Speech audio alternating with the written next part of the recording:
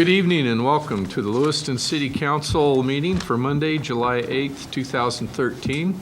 I'll go ahead and call this meeting to order. Please stand and join us. We'll be led in the Pledge of Allegiance by Councilor Clint Daniel. I pledge allegiance to the flag of the United States of America and to the republic for which it stands, one nation, under God, indivisible, with liberty and justice for all.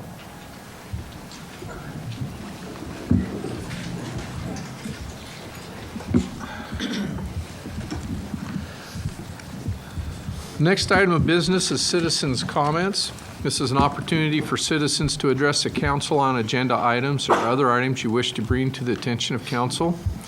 You're encouraged to discuss operational issues in advance with the city manager.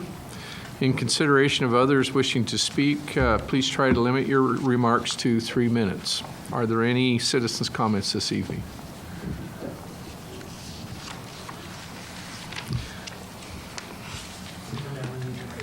Yeah, name and address for the record, please. Hi, my name's Dan Proschel. I live at 735 Riverview Boulevard in Clarkston. I'm a member of the Lewiston Parks and Rec Department, or the Lewiston Parks and Rec Advisory Commission, and president of the Valley Skate Park Association. We have had, I'd just like to say, starting off with that skate park that we built with the help of you guys has been absolutely phenomenal. We've had it going for 2 years, and we think it's been an amazing success, but we think we know we've had some issues with the facility, and most of these issues deal around young kids and scooters at the skate park. So we feel there's a very valid safety concern with allowing these scooters in this park. Most kids as young as 3 and 4 can pick up a Razor scooter and be highly mobile. We've had tons and tons of instances where parents bring their 2 and 3 and 4-year-olds down to the skate park and let them, use their scooter down there because, they're old enough to pick it up and ride it, but they're not old enough to understand their spatial awareness and where they are, and it's creating a huge hazard for the skateboarding and biking community. With that young scooter, they're so mobile that, they can really come out of nowhere when you're out using that facility, especially the main portion of the skate park.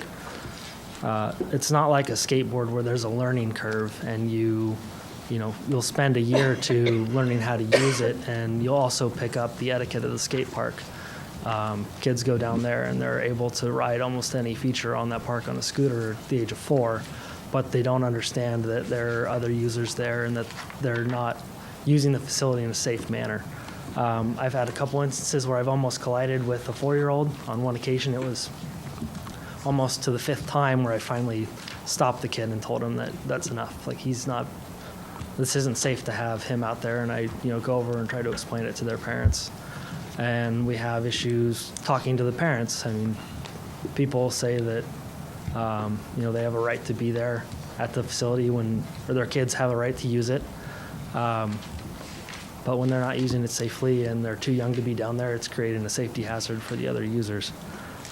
We had parents come down and just leave their kids unattended. We had a mom come down with her 4 or 5-year-old and drop them off at the skate park and go and sit down, and then she looks up a half hour later and she can't find her kid, and she's running around to all of us trying to get her to help her find him, and he's down at the park, 300 yards away. He just wandered down there because he wanted to go play. We've had confrontations with adults, like I mentioned. Like, we'll go and tell an adult, like, hey, your kid's getting there in everybody's way. There's too many adults down here. There's too many people down here that are, using the facility. And you mention that to them, and they get hostile. And, it's real awkward for us to get yelled at by an adult when we're trying to keep the skate park a safe place. And then just imagine that scenario. You have a 3 or a 4-year-old buzzing around at 8 miles an hour, and then you have someone my size or even bigger on a bicycle. They really meander. They don't have a straight path on those things. They go so slow and they turn so sharp that 1 minute looks like they're going this way, and the next minute they're cutting right in front of you. I had one time where I went to go up the quarter pipe, the big wall in the street section, and I go to ollie it, and as I'm coming around blind to what's behind me, a kid drops in on the little pyramid, and I have to jump off my skateboard and pick up the kid so I don't careen into him and knock him on the ground. It's, I realize that everyone likes seeing the skate park used and likes seeing it full, but the intent of the skate park was to provide a place for the skateboarding community. The skateboarding community is the one that's done the bulk of the grassroots fundraising on the public side. And my wife made the comparison that it's like, a baseball club doesn't have a baseball field. So they spend 10 years to build this baseball field, and next thing you know, there's soccer players out on it. And you can still play catch and run bases and do a few things while kids are playing, or people are using the baseball field for soccer, but you're never going to get to play a full game. And that's basically where we're at. We can use it, parts of it, little bits of it. Sometimes there won't be kids there and we might be able to use all of it, but that's not most of the time. And so you never really get to experience the skate park to the fullest for what it was meant to be. So that's kind of my comments.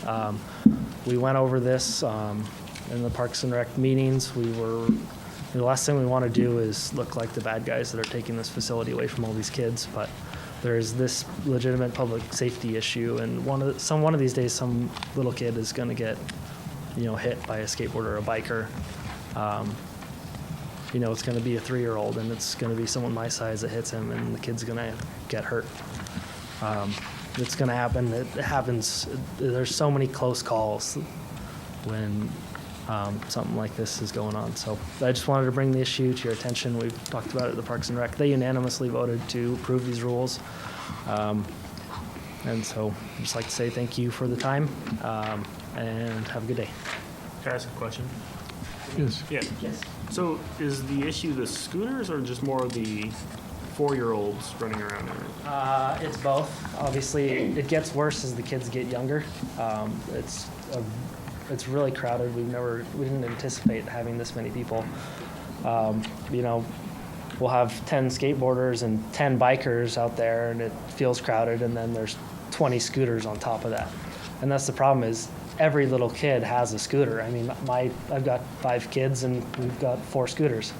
And I won't let them bring any of them to the skate park, because that's not where they belong. It's not safe for them to be down there. And my 2-year-old could ride a scooter in the skate park. She's mobile enough that, she could physically do it, but I don't think that it's safe for anyone for her to be down there. And same thing with my, maybe my 8-year-old, but, it's just this was the best way that we could figure to rectify the problem. Dan, can you pull a microphone over by you so that Sorry. we're recording and we're trying to hear? Yeah. And I think if there's other questions when we're deliberating the resolution later on, that we may have some further questions for you. Sure, absolutely. Okay. Thank you. Thank you. Any other citizens' comments this evening?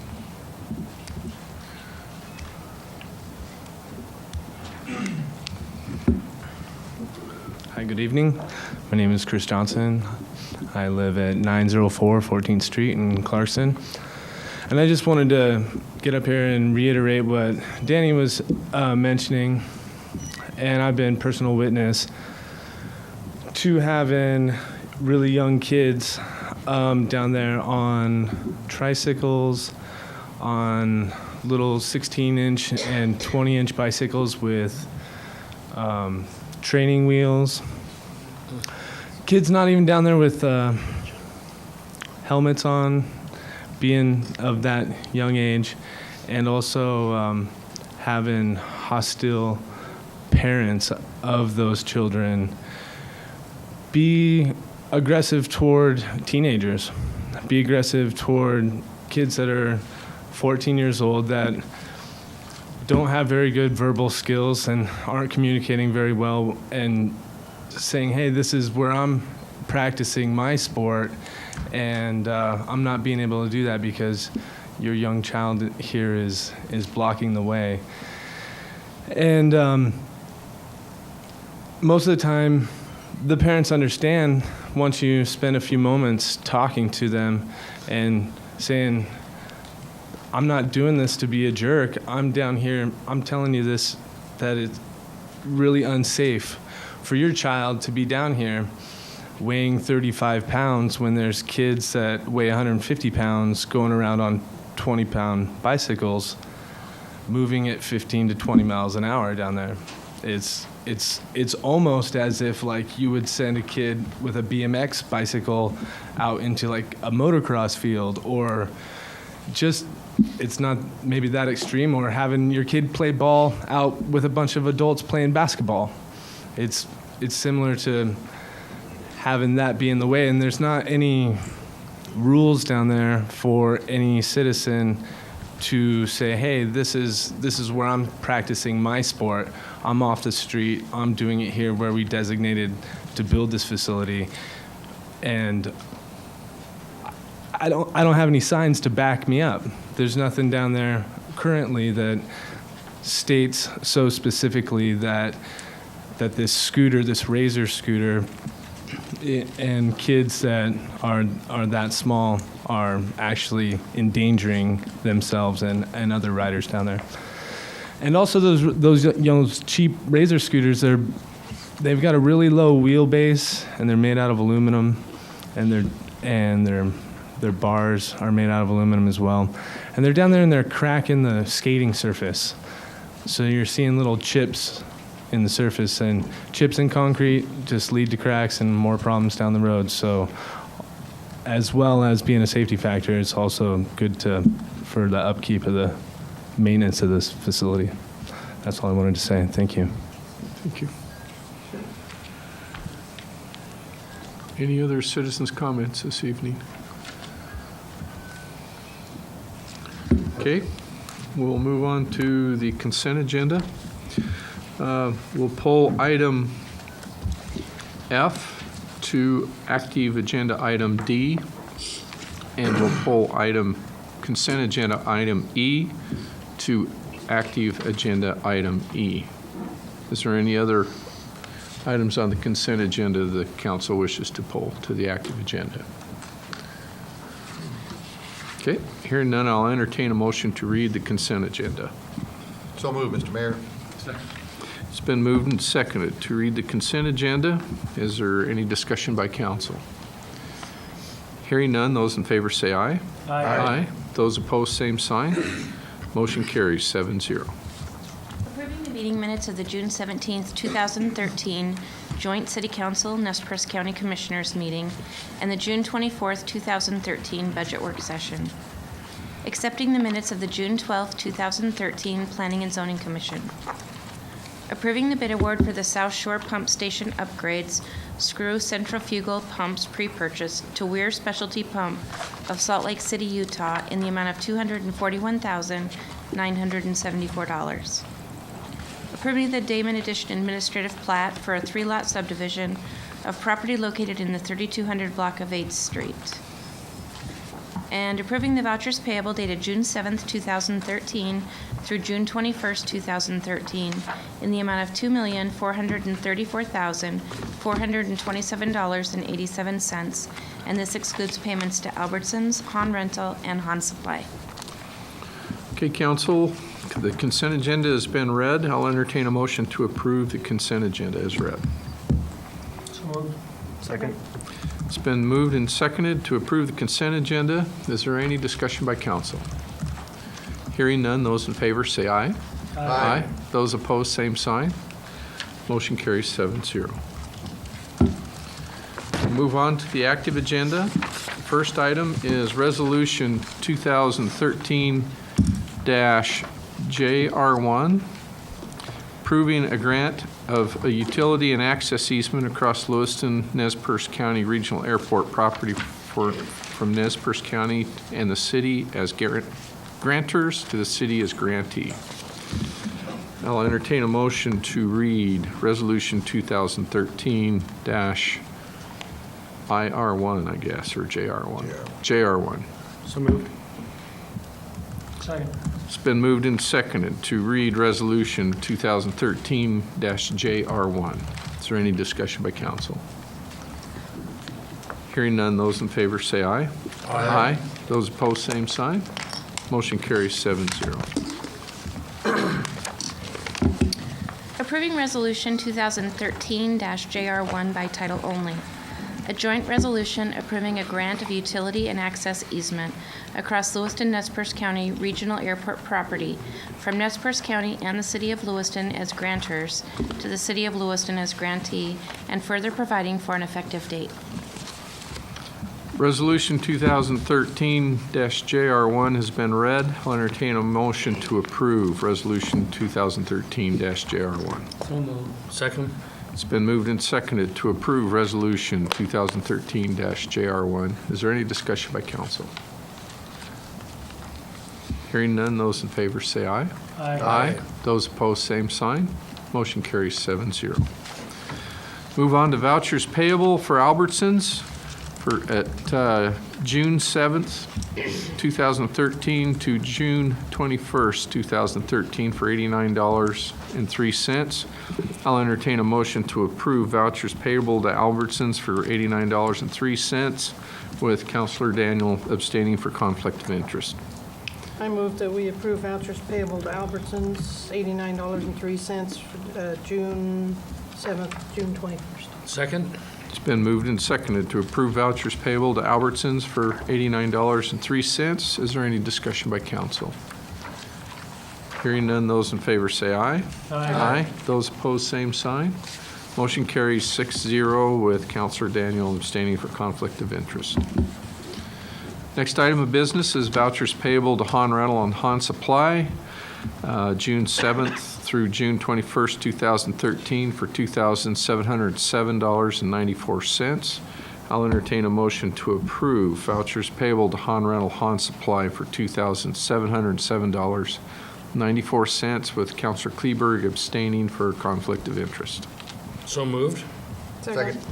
It's been moved and seconded to approve vouchers payable to Han Rental, Han Supply for $2,707.94. Is there any discussion by council? Hearing none, those in favor say aye. Aye. Those opposed, same sign. Motion carries 6-0 with Councilor Kleberg abstaining. Next item of business is active agenda item D, which is first reading of or endorsement of beautiful downtown Lewiston Main Street application to provide a letter of support from the city. I'll ask Brianna Durham from beautiful downtown Lewiston to give us, the city council, some information. Thank you so much for making time for this today. I really appreciate it. I want to explain just a little bit about the structure of the Main Street program nationally so that this makes a little bit more sense. I'll be brief, I promise. There's a National Main Street Center, which is housed by the National Trust for Historic Preservation. It's located in Washington, D.C., and they host one conference every year. Most states also have a statewide Main Street program. The management of that depends on the state. Idaho now has one, which is really exciting. We were one of the last to get on board with a statewide program. And then those statewide programs support the local programs like Beautiful Downtown Lewiston. So one of the kind of incredible things about Lewiston is that there was a vision for this before there was even a statewide program to support it. But now that we do have that statewide program, we can exceed leaps and bounds in what we're trying to do because of the support that they could provide for us. So what Beautiful Downtown Lewiston, along with a team of 10 people, some of which are from the city's community development department, some of which are just reviewing different sections of the application, are putting together this application to become designated as a Level 4 Main Street program for the state of Idaho. Level 4 is the most advanced level. There are only 4. It is a fairly competitive process, even though there are not very many local communities in Idaho already practicing the approach. They're only taking one application from each of the 4 levels. So even though we are established, we do have some competition. So we've been working very hard on this application, and we hope that you'll consider supporting it. If we are selected as a Level 4 community for Idaho, we'll receive technical support here in Lewiston, including committee trainings resource team visits, statewide workshops, and year-end program assessments. We'll also have the opportunity for the first time, even though we have been established as a local program, to become a national designated Main Street program, which would be excellent for Lewiston for a number of reasons, including positive tourism impact. The national Main Street communities are listed and have frequency of visits from people who want to see a really strong and revitalized, and even if they're in the process of revitalizing, community. So we hope to see some tourism impact from that as well.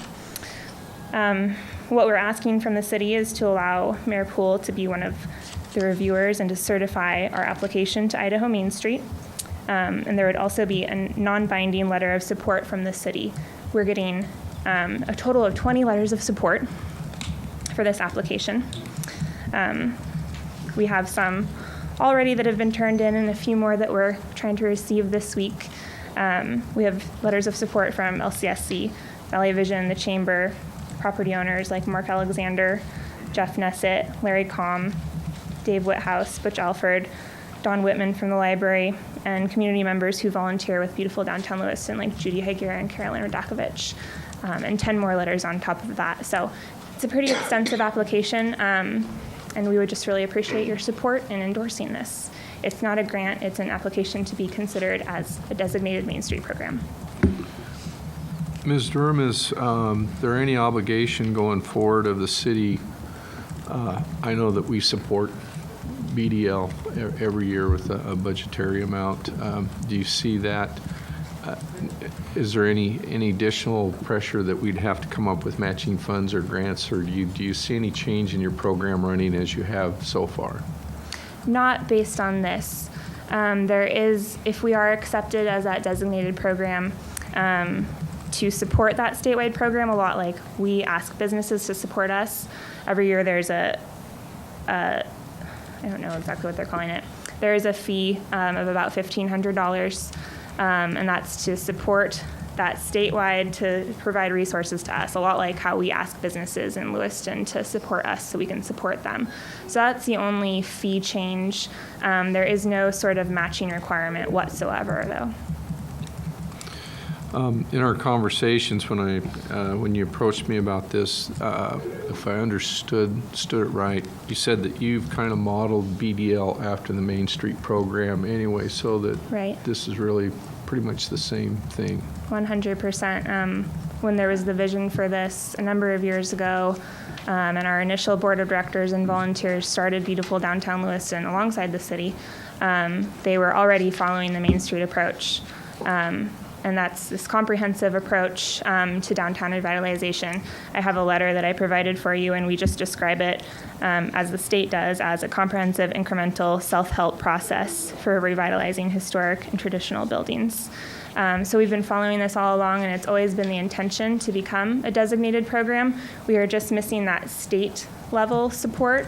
It's impossible just by the structure for a local program to be designated without the state. So now that Idaho has established the statewide program, even after Lewiston had our local program, we now have this opportunity to leap forward along with them. Council, any other questions? Councilor Stevenson. Thank you, Mr. Mayor. Brianna, what does it entail to be a level 4 member of the Main Street program? Is there a membership fee to the city from the state, and what is required? What does it mean to be a level 4? What are the components of it? What's different now than what we have with beautiful downtown Lewiston? Why would we need to be in Main Street program? Right. I'll try to answer each of those little questions. So I guess The only is there a fee part of it would be that $1,500. Each business. No, just Lewiston, to be Oh. considered Lewiston under the state of Idaho as an official designated program, so that we can receive those services. And just a little narrative, I know this doesn't quite answer your question, but when I started my position, I had to seek out training. We're really an island when it comes to the Main Street program. There are 2,000 communities across the nation that are following this Main Street approach, but we're really one of the only ones within many hours drive. So we didn't really have any of that technical support when I started, and it would be great to have people from Boise coming here to train volunteers. So that's one of those big benefits that I see of becoming a designated program. I know Is you that had more free? parts. Is that free, though? All of that this, training? all of the training would be included in that 1,500 that we would basically, I don't want to call it membership per se, but that's the most I can relate it to because that's what we consider the businesses that support us as a local program. And then what is the purpose of the different levels? The level What- 4, What do you yeah. do once That's you're a member? A very good question. For instance, level 1 is a community like maybe cul-de-sac, for example, that thinks, you know, we could really benefit from the Main Street approach. We've heard about it a little bit. We'd like to receive just a bit of resources. And then so on, level 2, level 3. And level 4 is when you're already established, you have a working board of directors, paid executive director, and you are established as a program, but you're looking to receive that additional support. What kind of support? What is it? What do you? It's what is largely it? the trainings and the official designation. And why would we need to have that if we, at this time in our fledgling development of downtown, for example, why do we need that and not beautiful downtown Lewiston? Do we dissolve beautiful downtown Lewiston then? This would be designating beautiful downtown Lewiston as an official Main Street program under the state of Idaho, meaning we would be one of 4 communities in the state that statewide Main Street program is supporting through trainings and visits and support of that nature. So here's just an example. Like I said, I didn't have any resources when I began. Our community and our organization, Beautiful Downtown Lewiston, are going to have a lot more access to those resources now. So there is one training every year put on by the National Main Street Program. That's the only opportunity Lewiston has to access those Main Street resources. Whereas if somebody comes to Lewiston from Boise, for example, because that's where the statewide program is housed, we have the opportunity to train 50 volunteers here in Lewiston rather than the one person going to the national conference every year. And when you talk about resources, what resources are you talking about that they provide for our $1,500? Coming here for trainings, Oh, that's it? that's one of the examples, yeah. Any others? Sure. I can read you the list. Well, Level well, 4. actually, the reason I'm asking these questions is because the request to support the Main Street program tells us nothing about what kind of commitment we're making as the city. And I'm finding that, first of all, I mean, I've been to the the Main Street program workshop at AIC, but other people haven't, and other people don't know what it does and what the benefits are or the drawbacks. I mean, there's no doubt a reason why Idaho was one of the last states to sign on to that program. And so what I'm thinking is that, well, maybe these are the kinds of things that come under discussion, but I have a lot of questions that Sure. aren't answered by this request. Okay. I do have And, you know, it may not be appropriate now. I mean, this is exceeding the questions of this period of time, I think, or not. What we could do is just get a motion on the floor, and then we can continue the discussion at that time. I'll entertain a motion to approve the endorsement application for beautiful downtown Lewiston Main Street application. So moved. Second. It's been moved and seconded to approve the endorsement of the beautiful downtown Lewiston Main Street application. Is there any discussion? Councilor Stevenson. Okay, so you were talking about the resources. Right. May I hand you something? I'm sorry I didn't do this earlier. I actually have our draft of what we've been working on for the last few weeks. Okay. And so on the second page, and it's front and back, just so you see, on the second page, oh, pardon me, it explains level 4 communities will be required to. Oh. Level 4 communities will receive. And I tried to keep your letter short just because I Yeah. know your packets get extensive, but I'd be happy to hand these out if you're Please do. Yes, please. interested. Yeah. Great. And I'm thinking that since we only got this, 2 days ago, and really don't have any of the backup material, that we really, in order to make a proper decision, we ought to have a little more time to review these kinds of things that we're just now looking at. What's the deadline? July 22nd. Mr. Mayor. Counselor Daniel. So, are there any obligations other than the $1,500? Is there? Not for the city. Okay, not for the city. It's what we're already, sorry. Okay. Nope. No, that's fine. It's what we're already doing, basically, and that's why we decided to go for level 4 is because we're already there. We're already doing, on that second page, for everyone except for Councilor Ortman. We're already doing all these bullets? That's why we are able to apply at that level. Under the first section where it says level 4 communities are required to, that's what we're doing. And that's why we're eligible to apply at level 4. Well, who do we submit quarterly economic data reports to, for example? I'm Well, not that's aware what we- we'll be doing. Good point. Ah, these are- That's one of the will things be that, doing. and Okay. again, this is something Beautiful Downtown Lewiston will take on if we're awarded that designation. And then, so one of the elements that you mentioned was hiring an executive director. Now, are there minimums, requirements that are stated in here for the executive director? Nope, that's I me. realize, but she's the executive for BDL, not for this new entity that has to We're get not created. creating a new entity. I do really understand why this is confusing because unlike a lot of local communities, Lewiston started our Main Street program without the state. Most Right. communities start it with the state. And so we're able to apply for level 4 because we're already established. And all of those requirements are either things that Beautiful Downtown Lewiston is already doing or things like the quarterly reporting, good point, that we will do if we are selected. Counselor Ortman. Mr. Mayor, we've been dealing with Main Street discussion probably for the last 8 years that I'm aware of, and Councilor Bush first brought these things to us and laid it out in front of us, and it's come back annually.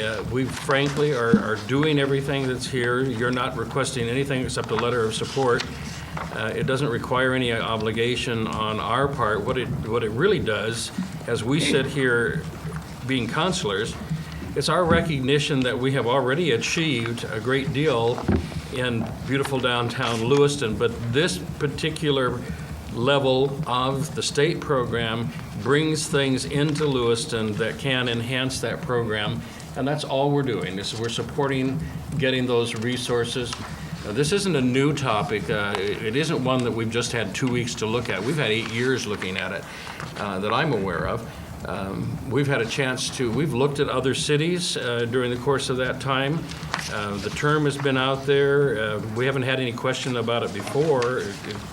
I'm not sure why it all of a sudden is a question. Beautiful downtown Lewiston isn't asking anything except to apply for this designation. Counselor Stevenson. Thank you, Mr. Mayor. No, I believe there are some significant new items in here. For example, we're proposed to include in our budget money for beautiful downtown Lewiston. So if we were to get this designation as a Main Street program entity, it would need to make sure that it fits with independent nonprofit, and it could be that the amount of money should be more or less, or, I mean, budgeting is an item. And on page, what is that page? There's no additional requirement to the city. There's no set requirement that the city support the local program like BDL.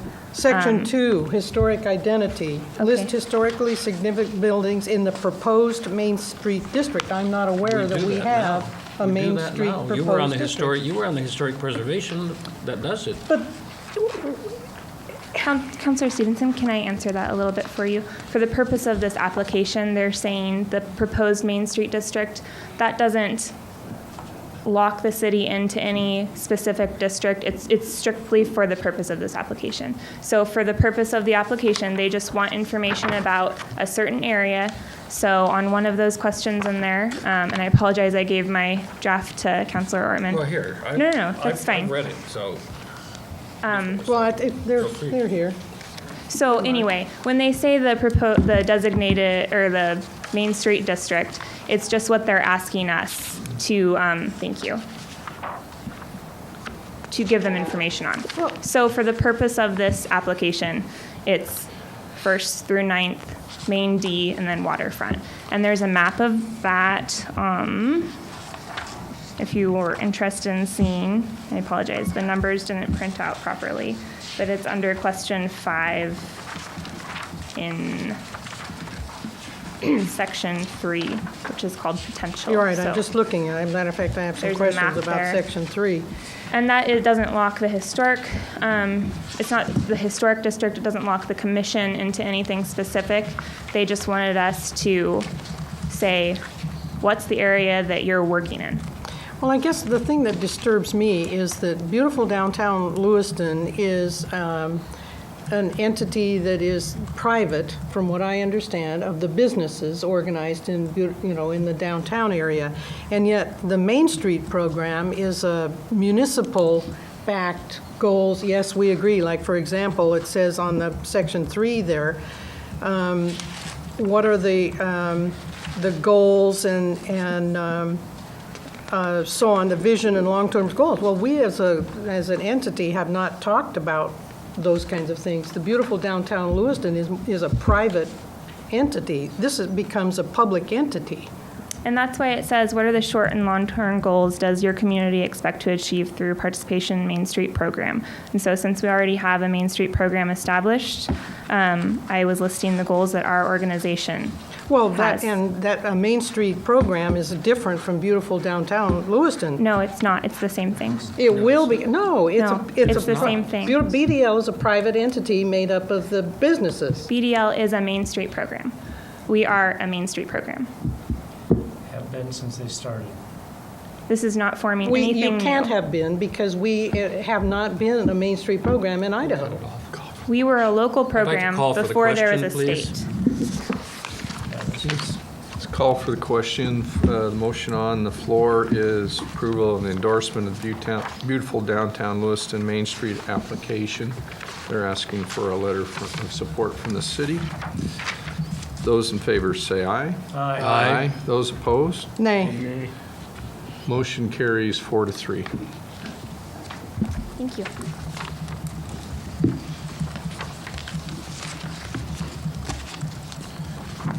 Next item of business is reading of ordinance 4596, possible reading of 4596, enacting a new section to be codified as Chapter 26, establishing rules for the public skate parks. I'll entertain a motion to read for the first time ordinance 4596. So moved. Second. It's been moved and seconded to read ordinance 4596 for the first time. Is there any discussion? Mr. Mayor? Councilor Daniel. There's a couple parts I just wanted, one part I want to ask a question, two parts I guess I kind of have an issue with. First part, hopefully, is probably one we can all agree on, is on the second page of the actual resolution, item F. It refers to no person shall allow or cause any animal of any kind to be brought into a public skate park facility other than an animal certified. Oh, never mind, it's already listed. It wasn't listed on the Word document, so that answers my Okay. first question. Okay, the next one easy. is under the prohibited part, second page, item A, in regards to the scooters. Does this make a difference as whether or not we read it? Can we go ahead and read it and then talk about it in discussion? No, because we read it and then we have to go to the second reading, third reading, and so Yeah, on. So this might second, change. third reading and adoption. So any questions now? If we have Mr. Barker here to answer any other questions, if we need some clarification, would that be helpful, Councilor Daniel?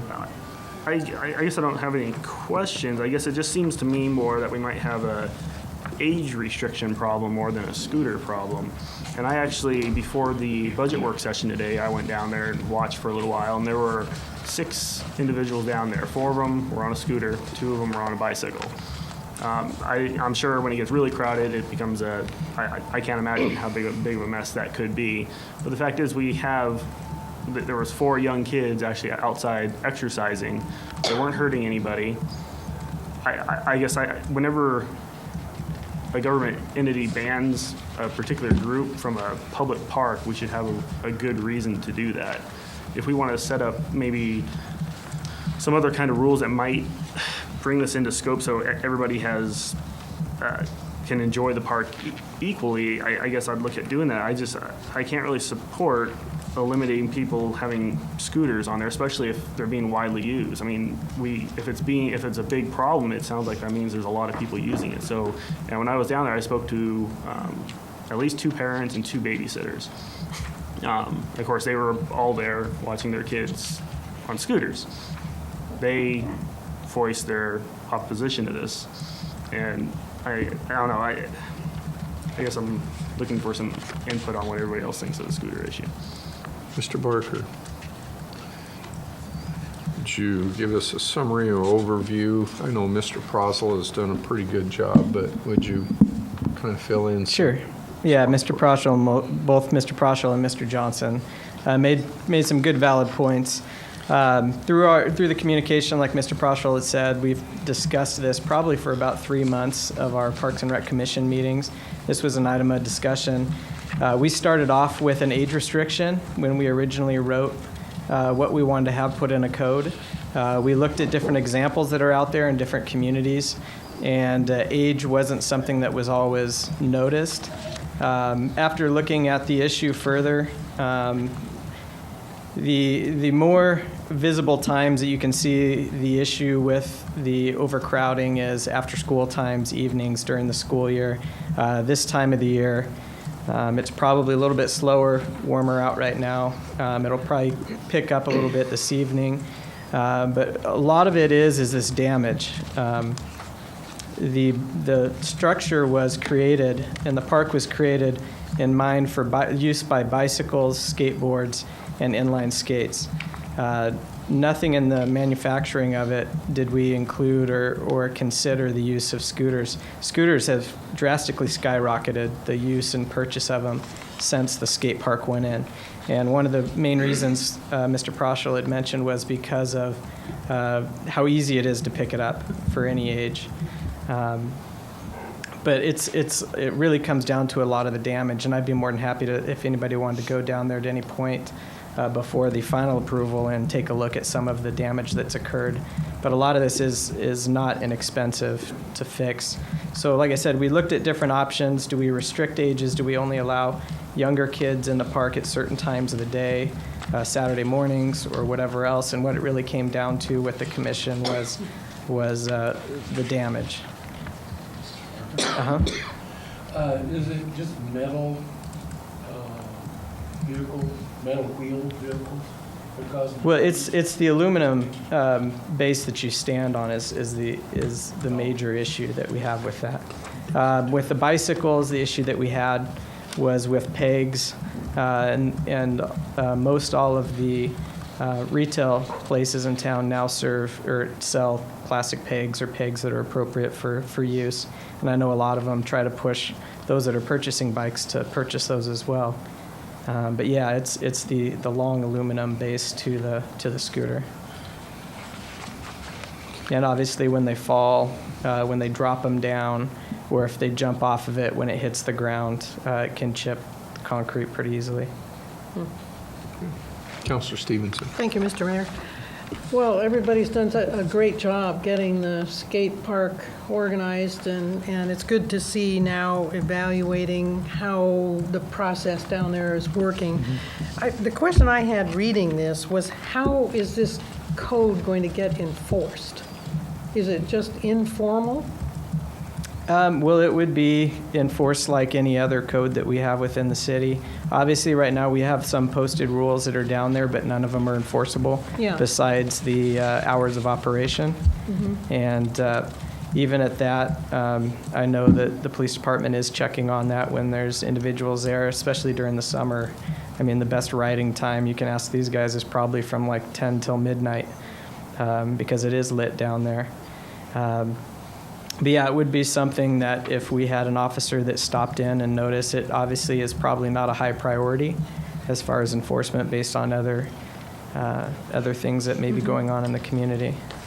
Well, if now, I see we don't have the chief here today, but does the police department have the manpower to do the kind of enforcement that would help the problem? Well, they're already down there from time to time. They try to make a point to stop and visit or drive by through the levee.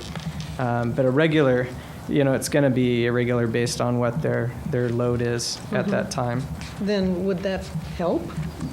It will help some. Plus, part of the work that we've done with the Valley Skate Park Association Chris didn't really, or Mr. Johnson didn't really mention, he helps run our youth skateboard program, kind of a learn to skate program. So a lot of that is he teaches a lot of etiquette and other things. So he knows a lot of the kids that are down there. When these guys are down here, these kind of forefathers of the Valley Skate Park Association that are now in their late 20s, started 10, 15 years ago. This group, when they're down there, it's hard for them to be able to help and educate people down there if there isn't something that's enforceable, Yeah. I guess is part of it as well.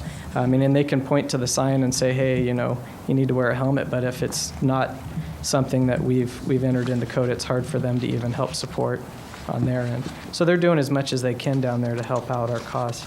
So, Mr. Barker, this obviously is ran through staff, and Chief Orr has looked at this, and it looks to me like this gives them something at least to operate from a police action if it requires that, where right now they really don't have much to go on. Is that correct?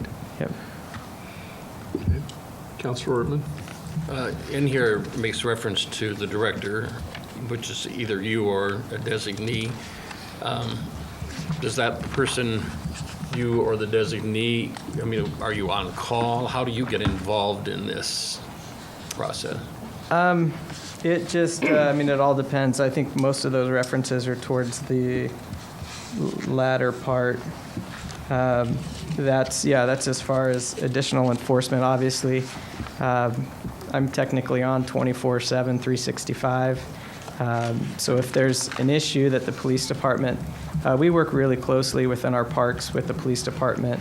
Lots of communication goes back and forth. So if they do notice that there's concerns down there, or if there's an issue, citizens will call me, or I'll come down if they want me to come or discuss something with them. I can be a part of that as well as far as enforcing some of those rules. Pro Tem Cannon? I kind of agree a little bit with Councilor Clinton. It's too bad that we have to have rules and so forth in a skate park that should be used by everyone.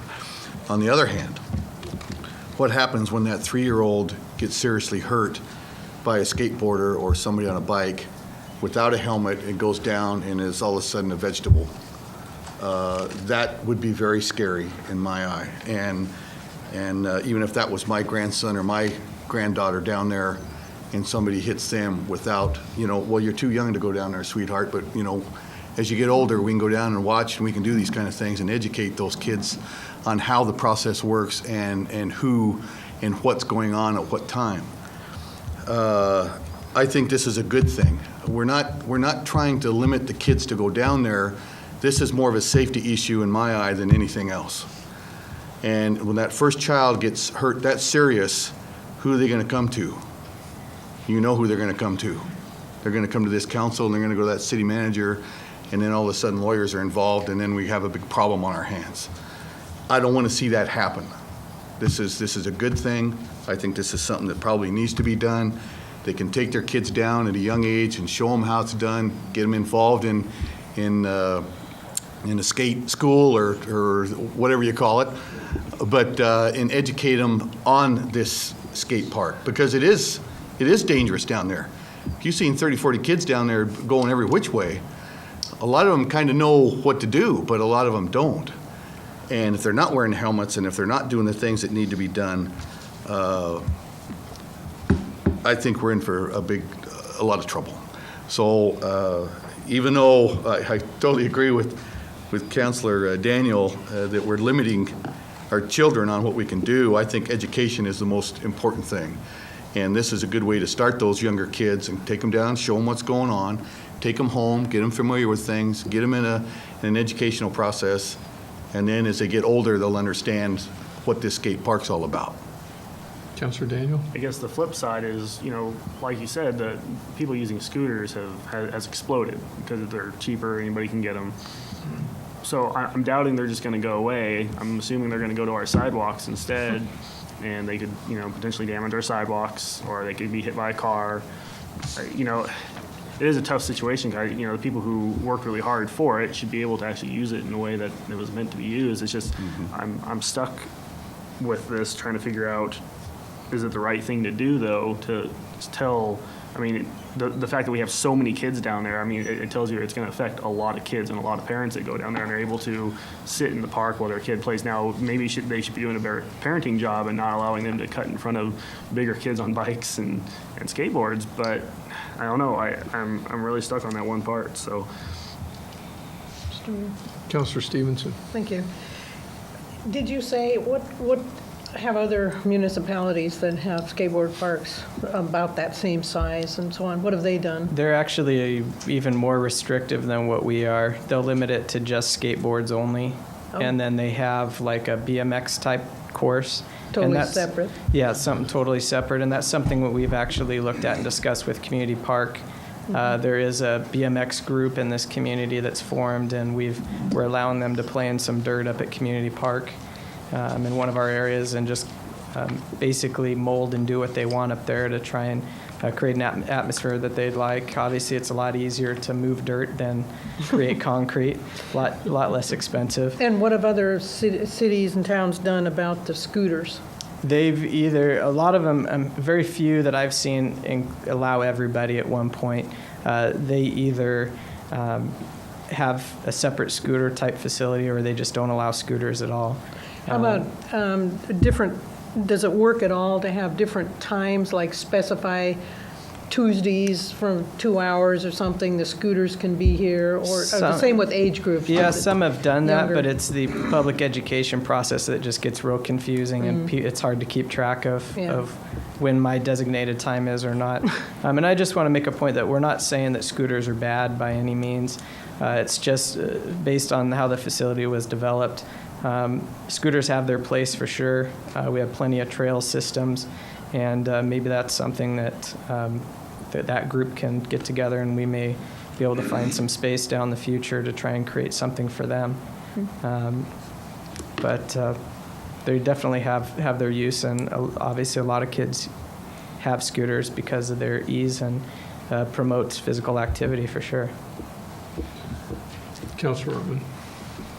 Thank you, Mr. Mayor.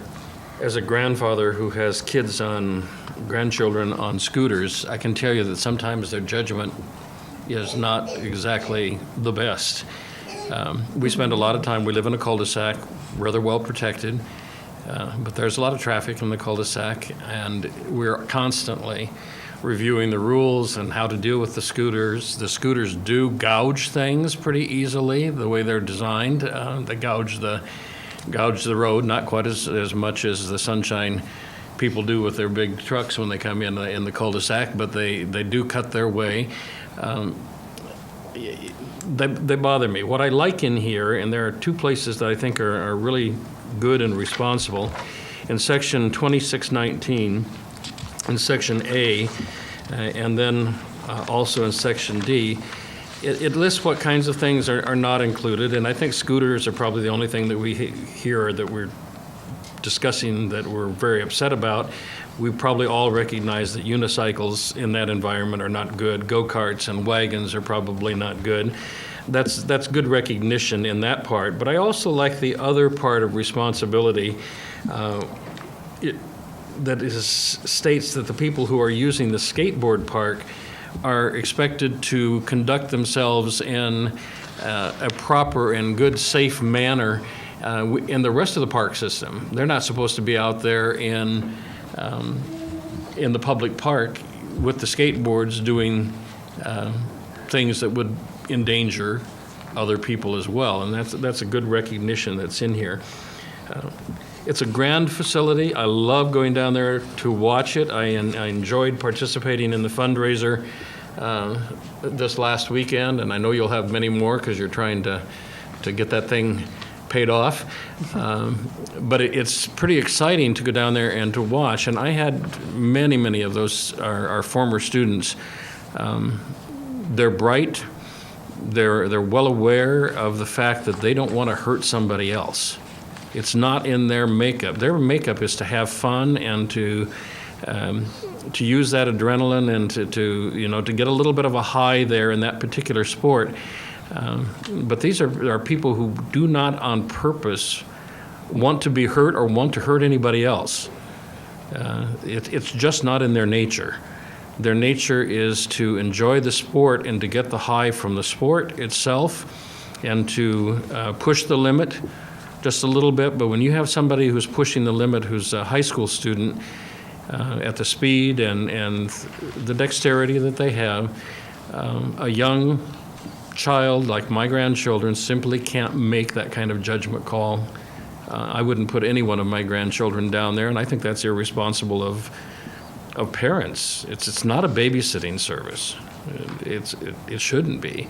And there are lots of places they can use their skateboard or their scooters, believe me. Councilor Daniel. Moving on from that, I did have a question. It's just a generalized question on section 26-20. It's on the third page. It's the city immunity from liability. I realize that only carries so much weight anyway, but do we need to include bike activity as well as just all activity? Because it only says skate activity. It's just a language thing, I guess. Yeah, we could change that to all activity, Okay. so it's not specific to skate. I realize it only has limited impact anyway, but That's a good catch. Councilor Stevenson. Thank you. Now, I've refreshed my memory. Do we require a helmet in there? It is, trying to think what the wording is. It's strongly encouraged, it's not required. Okay, so that, it won't change? No. That. Okay. Well, I appreciate the discussion because it's a new entity for us, and it's important to have to see how it's being used and whether we're doing the right thing for the users. I appreciate that. Councilor Daniel.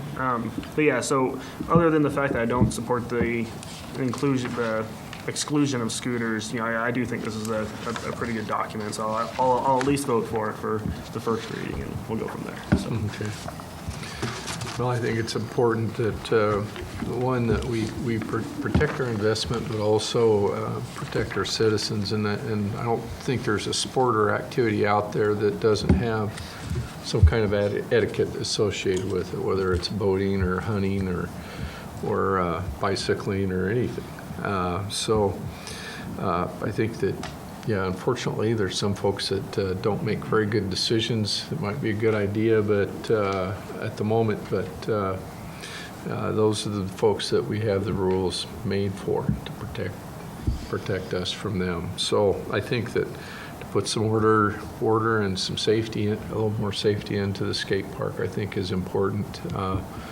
I like the idea that they're still continuing on the educational component, because that's really where you get those little guys to know that there are some rules and etiquette to the sport, and that really goes a long way. And I know just my time on the ski hill, that was probably the first thing drilled into me besides learning how to turn was the etiquette on the ski hill. So.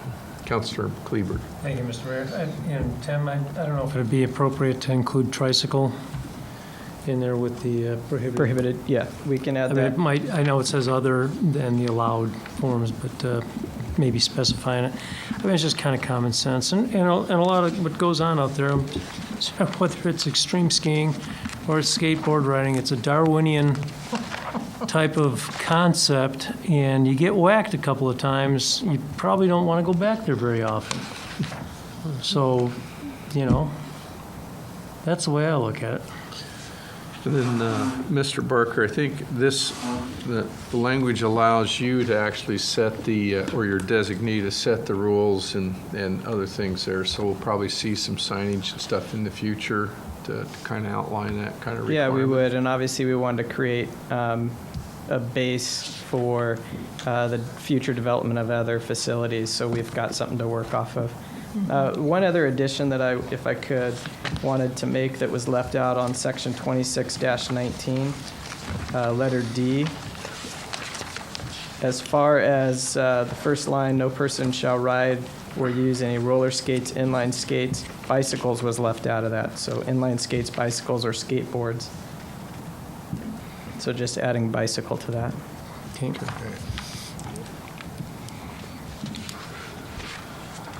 So you want to add bicycles there? I thought BMX people could use this thing.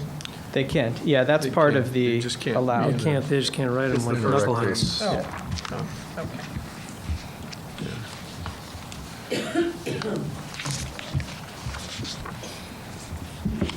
Any other discussion by council? Councilor Stevenson. Thank you, Mr. Mayor. So one of the things we want to think about is, in the future, a separate way to accommodate scooter people, because, you know, they may want to start riding on the trails, like the different paths and trails, and so we need to be alert to usage in other areas that would be helpful to little ones, or some separate designated place in other parks or something. Mr. Mayor, I think that's a good point. There are lots of communities that have pads, have scooter pads, and they are protected with some of the rubber bumper areas and that, you know, it's a little different area for younger kids to be in, and it has some hills and some valleys, but it's not as extensive as a skateboard, and it does have some safety elements built into it. It's not terribly huge. Those are kind of fun. Okay, there's your next area for the 2-year-old. Start working, get the fundraising going. Okay. Any other further discussion? Motion on the table is to read for the first time the ordinance. Hearing none, those in favor say aye. Aye. Those opposed, same sign. Motion carries 7-0. Approving the first reading of Ordinance 4596 by title only. An ordinance of the City of Lewiston enacting a new section to be codified as Chapter 26, Article 2, Section 16-24, establishing rules and regulations for public skate parks, providing definitions, providing for general operating regulations, providing for signage, providing for penalties and enforcement, and providing an effective date. Okay. That completes our active agenda. We'll move on to unfinished and new business. Is there any city councilor comments this evening? Councilor Kleber. Thank you, Mr. Mayor. Following up on the beautiful downtown Lewiston and the Main Street program, since I've been on the council, and I think it was right after I got on the council, 6 years ago, I guess, it was started as a Main Street program. And I remember getting all these brochures handed to us. And in fact, Councilor Bush single-handedly raided the council's travel budget so he could go back to the National Main Street Conference in Boston. Do you remember that, Dr. Orman? I do. And so we agreed to let him go. And We've called him Raider ever since. pretty much. And so anyways, that's where it started. The only difference that I see with what we've got going on here, and the fact is that the state of Idaho has finally recognized that maybe there's communities that could use a little help, and they have decided to join that program also. But we actually did go out and do it on our own with the national organization. So that's all I've got on that. Councilor. Mr. Mayor, if I may, I would like to invite the citizens of Lewiston and all the members of the council and the city staff to join us on Wednesday for a particularly significant event in the history of Lewiston. Not many communities can successfully say that they have raised the money for and have created a historically well replicated building, thanks to Councilor Cannon and many other volunteers who worked to make sure that happened. On Wednesday, Lewiston is going to host an incredible group of people coming in. I have had, in the last 24 hours, emails from mayors and city councilors and from other cities. Our hosts, we're being a host city for this particular event. We are drawing all sorts of people. Former Secretary of the Interior, Cecil Andrus, will be here, two-time governor, or more than two-time governor of Idaho, served in 2 chunks, as many of you know. We will have Lieutenant Governor Brad Little will be here. Former Attorney General David Leroy will be here, thanks to the Idaho Humanities Council and their grant for his participation. A special visit from Abraham Lincoln, who is portrayed by Skip Crittel, recognized all over the country as one of the best impersonators of Abraham Lincoln. We have coming the president of the Association of Idaho Cities from Chubbuck.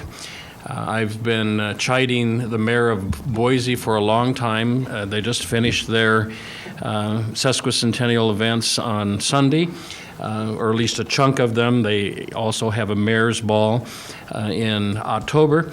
But Mayor David Beater and his wife are coming up from Boise.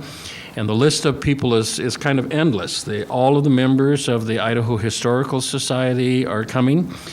The Historical Preservation Commission members are coming. They are the ones who are looking at some of the buildings in beautiful downtown Lewiston, including the Civic Theater, for some possible help in the future to make that building better, along with other structures.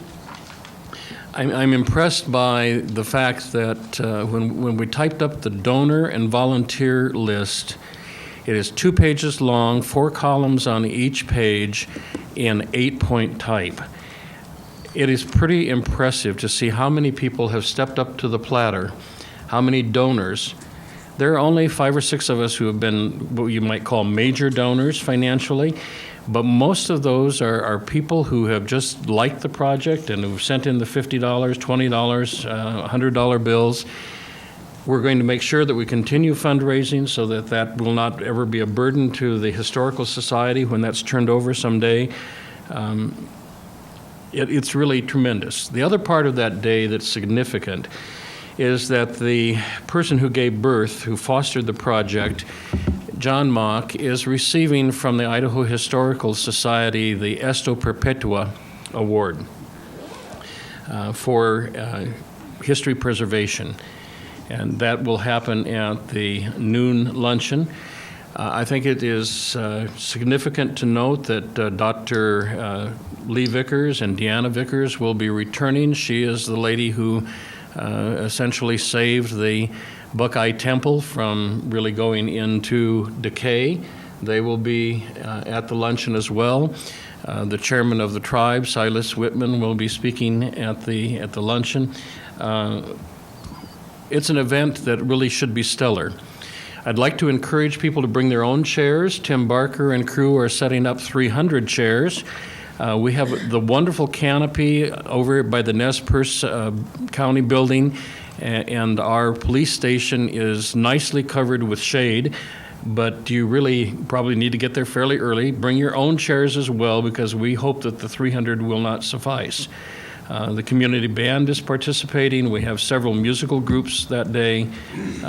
There is a public event at the library. It's one more time for the community to see the new library from 2 to 4. There will be displays there from the Historical Society that's being brought up from the 150th celebration of the state itself, and they are particularly attractive. I think it'll be a great day for people. I know at our house there's been a lot of sewing going on because period costumes have been made. I'll be really glad when those hoop skirts are out of the house, but it's been a fun event. And I congratulate the hundreds of people who have realized that we have in Lewiston a very special gift. We have a history that is kind of unique. It isn't always perfect, it isn't always wonderful, but it is a very unique history. And the fact that Abraham Lincoln put his pen to the paper for the creation of the Idaho Territory 150 years ago will be commemorated in the Interpretive Center. There will be opportunities for school kids to go and to hear about the history of the territory and of Idaho itself, as well as adults. I just can't tell you that how important it is for communities to have some focal points, and this certainly can be a focal point for us, a place to invite people to come to Lewiston and to take a look. I've been excited by the emails saying to me, I have never been to Lewiston. I'm coming as a representative of Ashton. I'm coming as a representative of some other cities. I even had to look up some of them to figure out where they were. The fact that they haven't been here, they're coming, they want to know what can be done in Lewiston, and they're saying, we keep hearing that North Idaho is beautiful and it's a place to go, but they've never been up here, and they're coming. And I think it would be great if all of the citizens of Lewiston would consider being around too. Thanks. Okay. Councilor Daniel? So I guess I'm going to direct this comment at the council. I want to explain my vote on the BDL agenda item. Councilor Stevenson, we had a presentation. Councilor Stevenson was asking questions. It may have been taking longer than some of you may have liked, but she did have the floor. Now, maybe we need to look at our rules as far as how we get the floor, but I think it was improper for us to call the question when somebody else still had the floor. You could have waited another few minutes, got the floor, then called the question, and I might have voted for it then. But she was asking questions. I don't think there was anything wrong with that. It wasn't like it was an hour in and she was still asking questions. I think that was really, I don't think it showed very good decorum to do that. Any other councilor comments this evening? Mr. Bennett, I'd like to thank you and staff, especially Mr. Barker and his group, for the old-fashioned 4th of July at Pioneer Park. I think, according to their numbers, they had over 4,000 people attend. So it was a great time, and the community band is incredible. I'm usually not much for that music, but I actually sat through most of it before I had to be late for a barbecue. So they kept me entranced. So they did an excellent job. So we're in for a good treat if they're playing again here Wednesday. So anyway, convey the thanks to them. I heard a lot of great comments from folks. There was a lot of people from Moscow that came down and participated because they heard of the 4th of July event. So appreciate that. Any other councilor comments? Mr. Bennett.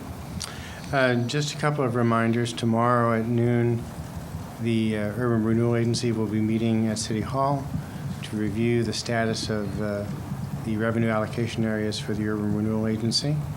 And out of that meeting should come a report and recommendation that the council is scheduled to review at a special meeting. It'll be held on Monday, July 15th at 5 o'clock at City Hall as well. Other than that, just wanted to let you know that if you haven't been through the Snake River Avenue Southway Avenue intersection and the work that's going on down there, it's working quite well as far as the traffic situation is concerned. People are actually taking turns and getting through the intersection pretty well, and the work is moving along quite well. Pre-training for etiquette of using a roundabout, I guess. Okay. Any other issues, Mr. Bennett? That's all, sir. Thank you. Board and Advisory Commission appointments, any this evening? There will be an opening, if not two, on the library board, but we know one for sure. So that is being duly noted. Okay. Work session agenda topics. Okay, thank you everyone for coming. This meeting's adjourned. Thank you.